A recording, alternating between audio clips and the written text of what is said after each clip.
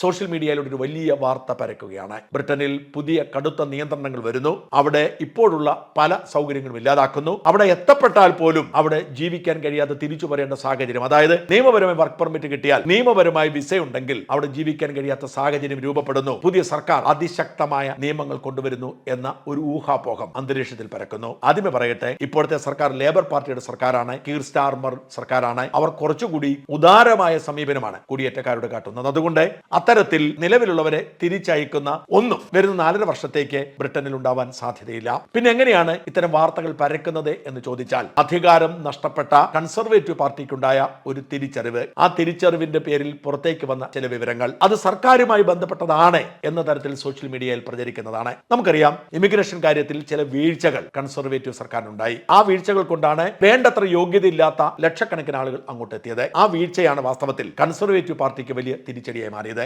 അങ്ങനെയാണ് reform UK എന്ന് പറയുന്ന ഒരു പാർട്ടി പെട്ടെന്ന് രൂപം കൊണ്ടത്. നൈജൽ ഫറാജ് എന്ന് പറയുന്ന ഒരാൾ പണ്ട് മുതലേ പല രാഷ്ട്രീയ പാർട്ടികളും അദ്ദേഹം ഉണ്ടാക്കിയിട്ടുണ്ട്. അവിടെ ബ്രിട്ടനിൽ ഒരു പ്രധാന ബദൽ നേതാവാണ്. നൈജൽ ഫറാജ് ട്രംപിന്റെ അടുത്ത സുഹൃത്താണ്. നൈജൽ ഫറാജ് ഈ തെരഞ്ഞെടുപ്പിന് ഏതാനും മാസങ്ങൾക്ക് മുമ്പ് റിഫോം UK എന്ന് പറഞ്ഞൊരു പാർട്ടി ഉണ്ടാക്കി. ആ പാർട്ടിയുടെ നയങ്ങളിലേക്ക് ആകർഷിക്കപ്പെട്ടത് കൺസർവേറ്റീവ് പാർട്ടിയെ പിന്തുണച്ചിരുന്നവരാണ്. അവർ കൂട്ടത്തോടുകൂടി ആ പാർട്ടിയിലേക്ക് പോയി വലിയ തോതിൽ പാർട്ടി വോട്ട് പിടിച്ചു. ഇത് ലേബർ പാർട്ടിയുടെ അസാധാരണമായ വിജയത്തിന് കാരണമായി. ഈ അപകടം തിരിച്ചറിഞ്ഞുകൊണ്ട് കൺസർവേറ്റീവ് പാർട്ടി നയം മാറ്റുകയാണ്. ആ നയപ്രഖ്യാപനം അവരാദ്യം നടത്തിയത് കുടിയേറ്റ നിയമവുമായി ബന്ധപ്പെട്ടാണ്.